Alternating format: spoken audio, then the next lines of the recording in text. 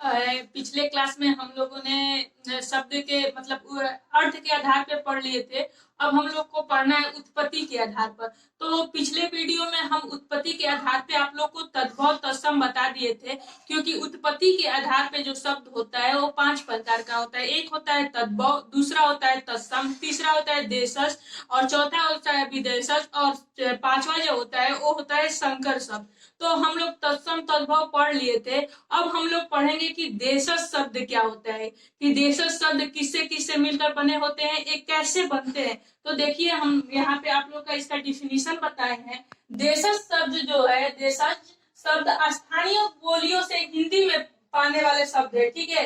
यानी हिंदी में प्रवेश करते हैं, यानी देशज जो हमारे देश में बोले जाते हैं, हमारे देश के द्वारा, हमारे देश के व्यक्तियों के द्वारा वो बोली क्या होती है, निर्मित होती है। जैसे देखिए ये सब परंपरागत चेतना से प्राप्त है, जिनकी सतर्कता ढूंढना कठिन है। यानी बहुत पहले हमारे बुजुर्गों ने देशज शब्द का निर्माण किया था। यानी देशज शब्द हम खुद अपने देश के भाषा का यूज करते हैं। जैसे देख लीजिए गद्दा, गद्दा जो है वो हमारे देश का शब्द है, क्योंकि इसको हम लोगों ने बनाया है। ये सदियों से चलता हुआ आ रहा है, ये कभी बदलता नहीं है, और बदलता है तो और अन्य अन्य देशों में अलग अलग इसको बोला जाता है। लेकिन जो गद्दा है वो हमारे देश का भाषा है। गद्दा जो शब्द है संस्कृत के गद्र शब्द से बना है, ठीक है। और देशज में आ जाएगा पेट, ठीक है। ये खुद के द्वारा शब्द हम लोग बनाए हैं। गोड़, लोटा, ठीक है, डिबिया, पगड़ी इत्यादि ऐसे शब्द हैं जो हम लोग खुद अपने देश में इसको निर्मित किया है। अब देखिए विदेशज शब्द क्या होता है। देशज तो हमारे देश में ही बनता है, और विदेशज जो होता है वो विदेशों से आता है। देखिए विदेशज शब्द का डिफिनीशन है, विदेशज शब्द विदेशी भाषा से हिंदी में आए हैं, ठीक है। यानी विदेशी भाषा से क्या हुआ है, हिंदी में आए हैं। अंग्रेजी है, फारसी है, पुर्तगाली है इत्यादि विदेशी भाषा के शब्द अपने उच्चारण में परिवर्तन द्वारा हिंदी में क्या होते हैं, प्रयुक्त होते हैं। जैसे देखिए फारसी में हम लोग आवाज आवाज कहते हैं, ठीक है। आवाज जो शब्द है वो फारसी शब्द है, ठीक है। आईना है जो वो फारसी शब्द है। कबूतर जो है वो भी फारसी शब्द है। चेहरा, सरकार, मुर्दा और मुक्त, ये जितने भी शब्द है वो सब फारसी शब्द है, यानी दूसरे देश के शब्द है। देखिए अलग अरबी शब्द में आता है आदमी, हम लोग बोलते हैं जो अपने बोलचाल के भाषा में हरदम यूज करते हैं, ये आदमी वो आदमी। तो ये जो आदमी शब्द है वो अरबी शब्द है, ठीक है। हमारे देश का शब्द नहीं है, ये अरब का शब्द है, ठीक है। तो इसको हम अरबी शब्द कहेंगे। इनाम जो है वो भी हमारे देश का नहीं है, ये भी अरबी है। किताब है, कर्ज है, मजबूर है, कीमत कीमत है, फैसला है इत्यादि ऐसे शब्द हैं जो अरबी है, ठीक है, हमारे देश के नहीं है। यानी कोई भी ऐसा शब्द जो हमारे देश का नहीं होता है वो विदेशी शब्द कहलाता है। देखिए अंग्रेजी में कॉलेज, कॉलेज हम लोग कहते हैं, लेकिन कॉलेज हमारे देश का शब्द नहीं है, ये क्या है, अंग्रेजी शब्द है, अंग्रेजों ने दिया था। स्टेशन, स्टेशन भी हमारे देश का शब्द नहीं है, लेकिन हम लोग रेगुलर में यूज करते हैं स्टेशन शब्द का। लेकिन ये स्टेशन शब्द किस देश का है, अंग्रेजों का है, ठीक है। साइकिल, साइकिल भी हमारे देश का शब्द नहीं है, ये भी विदेशी शब्द है। रेडियो, डॉक्टर, प्रोफेसर इत्यादि ऐसे शब्द हैं जो अंग्रेजी शब्द है, विदेशी शब्द है, ठीक है। अब देखिए संकर शब्द, संकर शब्द वैसे शब्द हैं जो विदेशी भाषा के शब्द तथा हिंदी शब्दों को मिलाकर बनते हैं। यानी इसमें आधा विदेशी होगा तो आधा हिंदी होगा, तब जाके संकर शब्द बनेंगे, ठीक है।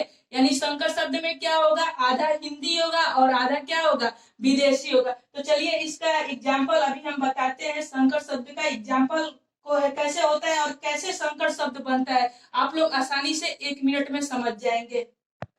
तो हम संकर शब्द आप लोग को समझाए हैं कि वो विदेशी भाषा के भी कुछ शब्द होते हैं और हिंदी भाषा के शब्द, और भी सब्जेक्ट के क्या हो सकते हैं, शब्द हो सकते हैं, लेकिन आगे कभी भी विदेशी भाषा होता है।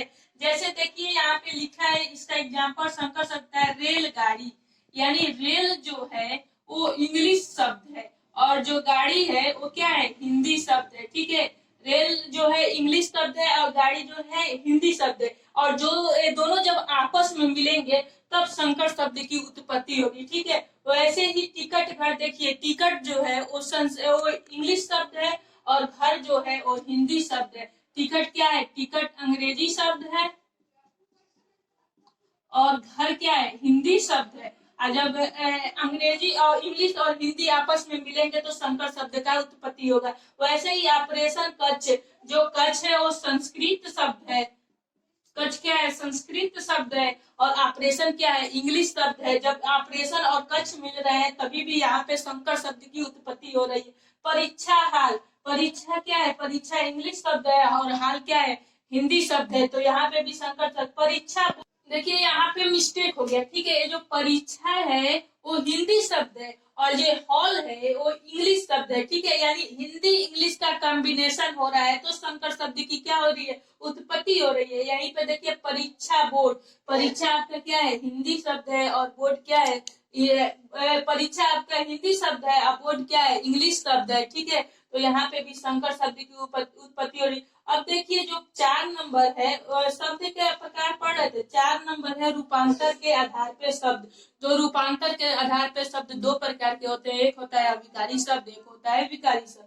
तो देखिए विकारी शब्द किसे कहते हैं? विकारी शब्द वैसे शब्द होते हैं जो लिंग, वचन और कारक को क्या कर सकते हैं? चेंज कर देते हैं। देखिए यहाँ लिखे हैं वे शब्द जो लिंग, पुरुष, वचन आदि के आधार पर रूप परिवर्तित कर लेते हैं विकारी शब्द कहलाते हैं। जैसे यहाँ पे अगर जो हम लिखे हैं लड़का, तो अगर जो लिंग परिवर्तन होगा तो लड़की हो जाएगा, ठीक है। अगर जो यहाँ अच्छा लिखे हैं, अगर जो स्त्री लिंग होगा तो अच्छी हो जाएगा, ठीक है। तो ये क्या कर रहे हैं? लिंग परिवर्तन करने पर क्या हो रहा है? चेंज हो जा रहा है, ठीक है। वो विकारी शब्द कहलाता है। विकारी शब्द अब बताइए किसे कहते हैं? जिसमें लिंग, पुरुष, वचन इत्यादि के आधार पर रूप परिवर्तित कर दे उसी को विकारी शब्द कहते हैं। और अविकारी शब्द में ऐसा कुछ नहीं होता है और कितना भी रूप परिवर्तन होगा इसमें चेंजिंग नहीं आएगी। तो अविकारी शब्द ऐसे शब्द कभी भी अपना रूप नहीं बदलते हैं। अविकारी शब्द जैसे यहाँ, यहाँ अगर जो हम कह रहे हैं तो यहाँ को हम और कुछ नहीं कह सकते, यानी ये अपना रूप क्या कर सकता है? नहीं परिवर्तित कर सकता है। इधर उधर इधर उधर कुछ भी है तो ये क्या रहा है? अपना रूप परिवर्तित नहीं कर रहा है, इसलिए ये अविकारी शब्द है। और विकारी शब्द लिंग और वचन के आधार पे अपना रूप परिवर्तित कर सकते हैं। जैसे अच्छा कह रहे हैं तो अच्छी हो जाएगा, अगर जो लिंग परिवर्तन करेंगे तो पुल्लिंग में अच्छा और स्त्रीलिंग में क्या होगा? अच्छी हो जाएगा। लड़का पुल्लिंग है तो स्त्रीलिंग जब बनाएंगे तो उसका क्या हो जाएगा? लड़की हो जाएगा, ठीक है। तो लिंग परिवर्तन कर रहे हैं तो इसमें चेंजिंग आ जा रही है विकारी में, और अविकारी में कोई परिवर्तन नहीं हो रहा है। इधर का इधर ही रहेगा, उधर का उधर ही रहेगा। आज का आज ही होगा, आज का कल हम नहीं बोल सकते, तो इसको हम क्या करेंगे? अविकारी कहेंगे। जो रूप न परिवर्तित करे, अविकारी उसे कहेंगे जिसका रूप लिंग वचन के साथ परिवर्तित हो जाए, ठीक है। अगर जो चैनल अच्छा लग रहा है आपका वीडियो तो चैनल को सब्सक्राइब, लाइक और शेयर कर दीजिएगा, ठीक है।